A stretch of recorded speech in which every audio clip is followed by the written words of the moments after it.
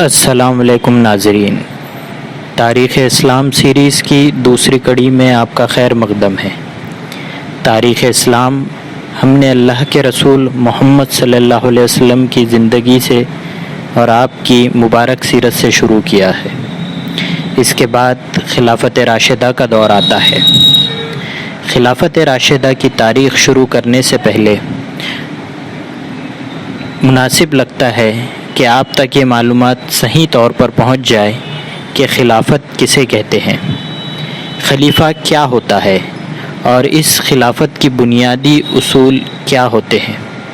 تو آئیے آج کی اس کڑی کا آغاز کرتے ہیں۔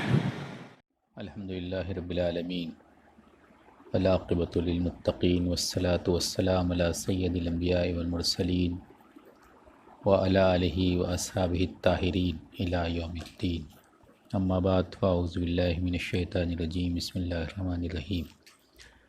وعد اللہ الذین آمنوا منکم وعملوا الصالحات لیستخلفنہم فی الارض کما استخلف الذین من قبلہم، صدق اللہ العظیم۔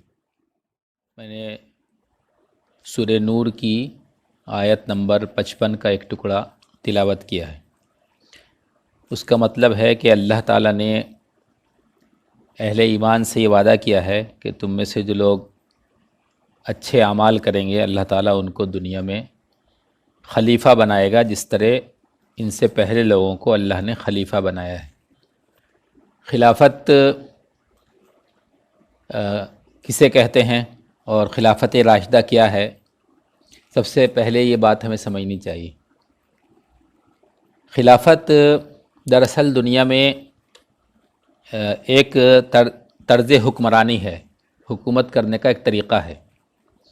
جیسا کہ آپ جانتے ہیں کہ حکومت کرنے کا ایک طریقہ ہے جس کو ہم ڈیموکریسی کہتے ہیں، ایک دوسرا طریقہ ہے حکومت کرنے کا جس کو ہم بادشاہت کہتے ہیں یا ڈکٹیٹرشپ کہتے ہیں۔ اسلام نے جو طریقہ دیا ہے دنیا میں حکومت قائم کرنے کا، اس کو دراصل خلافت کہا جاتا ہے۔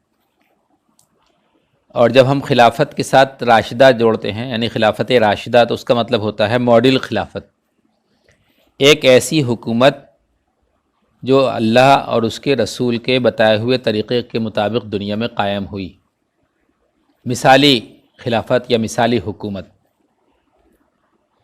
جس طرح ڈیموکریسی کی اپنی کچھ خصوصیات ہیں اور جس طرح بادشاہت کی اور ڈکٹیٹرشپ کی اپنی کچھ خصوصیات ہیں، اسی طرح خلافت راشدہ کی کچھ خصوصیات ہیں جس کو ہمیں سمجھنا چاہیے کہ وہ کیا ہیں۔ سب سے پہلے میں انہی کا ذکر کرتا ہوں کہ کس حکومت کو یا کس خلافت کو خلافت راشدہ ہم کہہ سکتے ہیں۔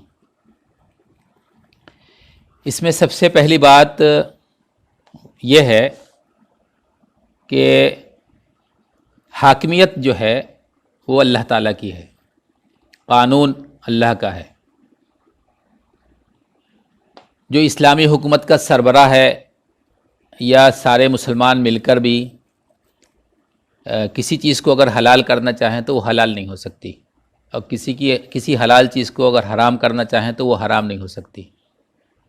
جس کو اللہ نے حلال کیا وہ حلال رہے گا، جس کو اللہ نے حرام کیا وہ حرام رہے گا۔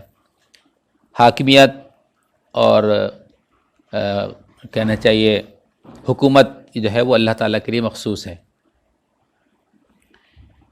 اسلامی جو حکومت ہے، جو خلافت ہے، اس کے اختیار میں یہ نہیں ہے کہ وہ اللہ کے کسی قانون کو تبدیل کرے۔ یہ پہلی بات ہے جس کو ہمیں اچھی طرح سمجھنا چاہیے۔ دوسری بات یہ کہ خلیفہ جو ہے اس کو بنایا جائے گا جو اہل ایمان میں سے، مسلمانوں میں سے اللہ تعالیٰ سے ڈرنے والا ہوگا، متقی اور پرہیزگار ہوگا، جس کے اندر صلاحیت بھی ہوگی اور جس کے اندر صالحیت اور تقوی بھی ہوگا، اس کو جو ہے خلیفہ بنایا جائے گا۔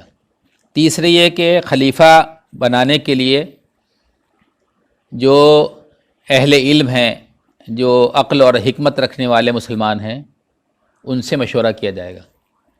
یعنی یہ حکومت جو ہے وہ مشورے کے ساتھ قائم ہوگی، کسی کی بائی فورس حکومت پہ قبضہ نہیں کیا جائے گا۔ بلکہ مسلمانوں کے مشورے سے کسی متقی، پرہیزگار، صالح اور باصلاحیت آدمی کو خلیفہ مقرر کیا جائے گا۔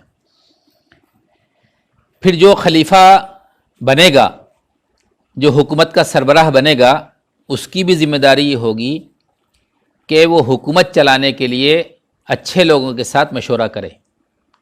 وہ کوئی ڈکٹیٹر نہیں بنے گا، بلکہ جب بھی کوئی مسئلہ آئے گا تو وہ اپنی پارلیمنٹ سے یا اپنے مشورہ دینے والے جو اس کے ساتھ لوگ ہیں ان سے مشورہ کرے گا، اور مشورے کے بعد ہی وہ کوئی فیصلہ کرے گا۔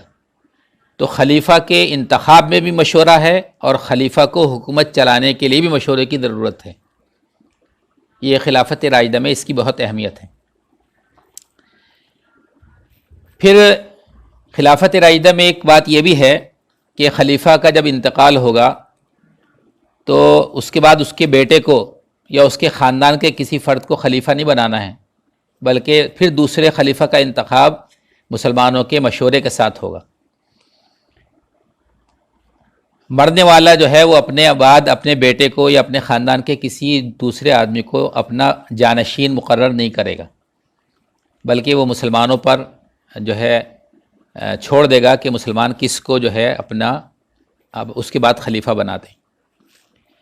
ایک اہم خصوصیت یہ ہے کہ حکومت کا جو بیت المال ہوگا، حکومت کا جو فائنینس ہوگا، ٹریزری ہوگی، وہ جو ہے امت مسلمہ کی امانت ہوگی اس کے پاس۔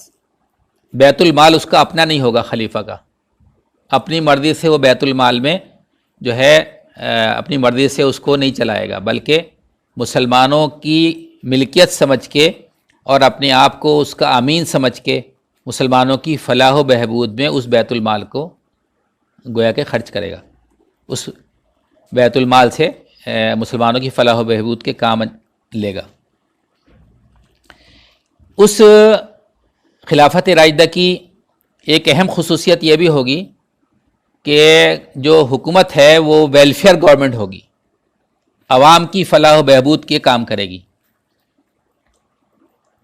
اپنے بارے میں نہیں بلکہ عوام کے بارے میں وہ سوچے گا خلیفہ، اور عوام کے ایسے اقدامات کرے گا جس سے عوام کو دنیا میں فائدہ پہنچے۔ اسی کے ساتھ ساتھ خلافت راشدہ کی ایک اہم خصوصیت یہ ہوگی کہ لوگوں کو یہ حق دیا جائے گا کہ وہ خلیفہ کا احتساب کریں۔ کوئی بات ان کی سمجھ میں نہیں آتی تو خلیفہ سے پوچھیں کہ ایسا کیوں ہو رہا ہے اور ایسا کیوں نہیں ہو رہا۔ ایسا نہیں ہوگا کہ خلیفہ نے کوئی بات کی تو لوگ ڈر گئے اور پھر اس سے لوگ پوچھیں گے نہیں، بلکہ خلیفہ سے کا احتساب کرنے کی آزادی عوام کو حاصل ہوگی۔ صرف مردوں کو نہیں بلکہ عورتوں کو بھی، صرف آزاد لوگوں کو، سردار لوگوں کو نہیں بلکہ عوام کو، غلاموں کو اور باندیوں کو بھی یہ آزادی ہوگی کہ وہ خلیفہ سے یہ پوچھ سکیں کہ ایسا کیوں ہوا اور ایسا کیوں نہیں ہوا۔ خلیفہ کا احتساب ہوگا، خلیفہ جو ہے احتساب سے اوپر نہیں مانا جائے گا۔ یہ کچھ باتیں ہیں جو میں نے مختصراً آپ کے سامنے۔